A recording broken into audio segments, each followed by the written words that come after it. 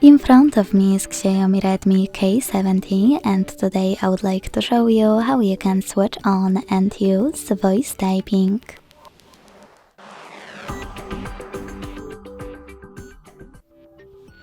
Begin by launching your keyboard. When you're ready, click on the microphone at the top right corner. If you can't see it, tap on this gear icon instead. Select the voice typing located in keyboard settings. And tap on gray switcher next to use voice typing to activate it. When you're ready, go back to your keyboard. Finally, you can click on No Visible Microphone and start typing. As you can see, voice typing is on.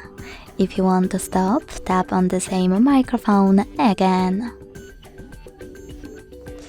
Thanks so much for watching. If you enjoyed this video, don't forget to leave a like, comment and subscribe. Bye!